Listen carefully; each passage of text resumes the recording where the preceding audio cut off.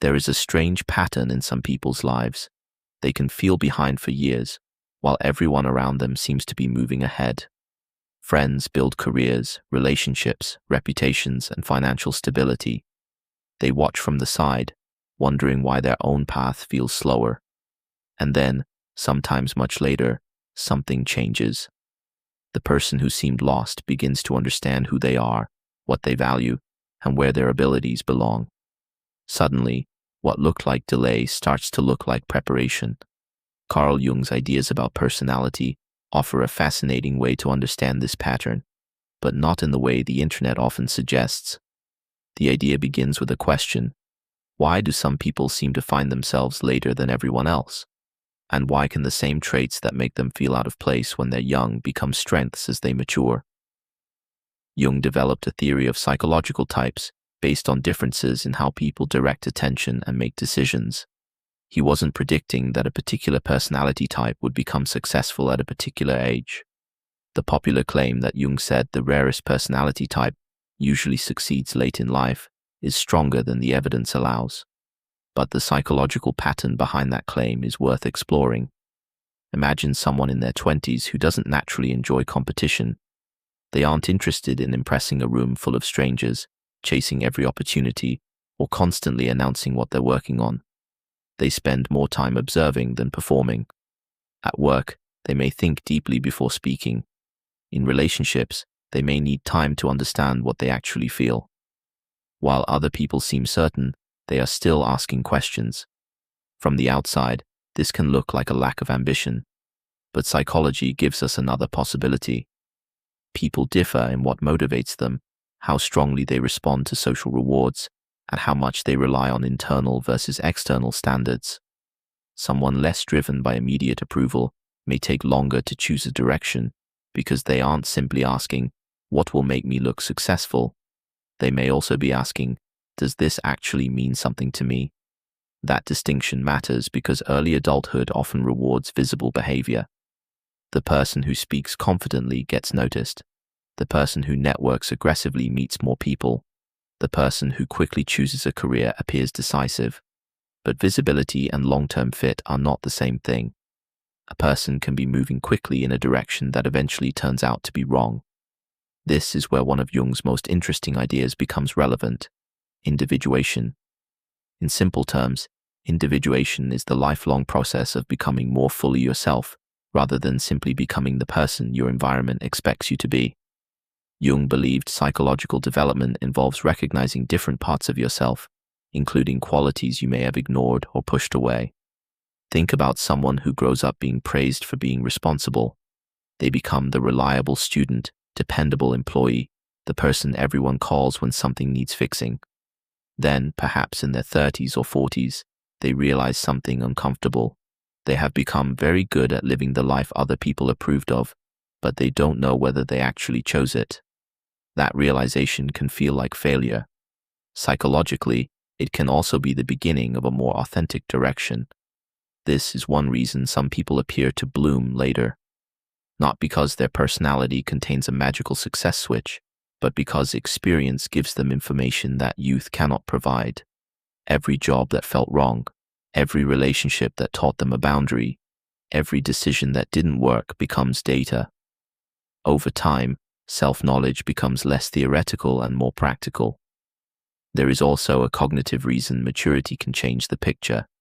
Human abilities do not all develop on the same timeline. Some forms of problem-solving depend heavily on speed and flexibility, while others grow through accumulated knowledge, practice, and experience. That means a person who did not stand out early may become unusually effective later because they have built a richer library of patterns and lessons. So, the person who wasn't the fastest thinker in a room at 25 may become exceptionally valuable at 40 because they have learned how to recognize patterns, understand people, anticipate consequences, and avoid mistakes they once had to learn the hard way. But there is another layer that is easy to miss. Some people need to understand before they commit. They don't simply collect experiences, they analyze them. After a difficult conversation, they replay what happened. After changing jobs, they think about why the old environment exhausted them. After meeting someone new, they notice not only what was said, but what wasn't said. This tendency can become overthinking, and that is its danger. Reflection can produce insight, but endless analysis can become paralysis. The difference is whether thinking eventually leads to clearer action. Imagine two people receiving the same career opportunity. One immediately accepts because it sounds impressive. The other spends weeks thinking about whether it fits their values, strengths, lifestyle, and long-term goals. The second person may look slower, but if that reflection produces a better fit, the delay wasn't necessarily wasted time. This is why the phrase, late success, can be misleading. Success doesn't always arrive late. Sometimes the definition of success arrives late. When you're young, success can mean being admired, financially secure, attractive, popular, or ahead of your peers. Later, it may become something quieter, meaningful work, autonomy, close relationships, intellectual freedom, or simply waking up and feeling that your life belongs to you. Sometimes what looks like a personality transformation is actually an integration of traits that were there all along. A person who believes they must always be agreeable may discover a need for assertiveness. Someone who has always been practical may uncover a creative side. Someone who constantly cares for others may finally recognize their own ambitions. Maturity can make these hidden parts harder to ignore. Consider the quiet employee who spent years avoiding leadership because they associated leadership with being loud and dominant. Eventually, they discover that leadership can also mean listening carefully, seeing the bigger picture, and helping people make better decisions. They haven't become a different person. They have found a version of leadership compatible with who they already are. This matters when discussing so-called rare personality types.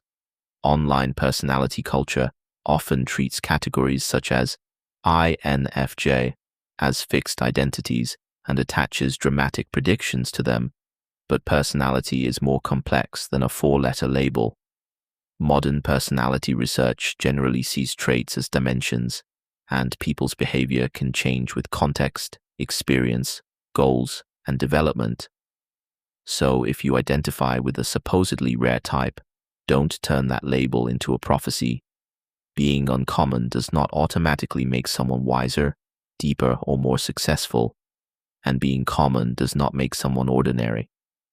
The more useful question is, what happens when a person's natural tendencies finally meet enough life experience to understand how to use them? A person who once felt too sensitive may learn that sensitivity can improve their understanding of people. Someone who felt too independent may discover that autonomy helps them build original work. Someone who felt socially awkward may realize that they are better at one-to-one conversations than large groups. The trait didn't suddenly become valuable. The person learned where it was valuable, and perhaps that's the deepest lesson behind the idea of succeeding late. Human development is not a race with one universal schedule. We compare timelines because other people's progress is visible. We see the promotion, the wedding, the new house, the successful business. We rarely see the years of uncertainty, failed experiments, private learning, or internal changes that came before them. So when someone appears to arrive later, we may be seeing the visible result of an invisible developmental process that started years earlier. That doesn't guarantee future success. Psychology cannot promise that, but it does suggest something more realistic. Development is uneven, and a slower path is not automatically a failed one.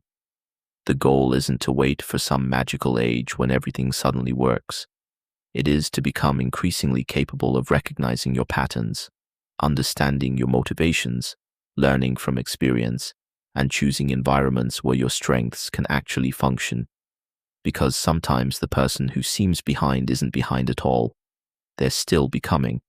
And perhaps the most important question isn't, why haven't I succeeded yet? It's, what am I learning about myself that I couldn't have understood earlier? If you enjoy exploring the hidden psychology behind the way people think, feel, and behave, subscribe to PsycheLens. because sometimes understanding your mind doesn't change your past, but it can completely change the way you understand the person you're becoming.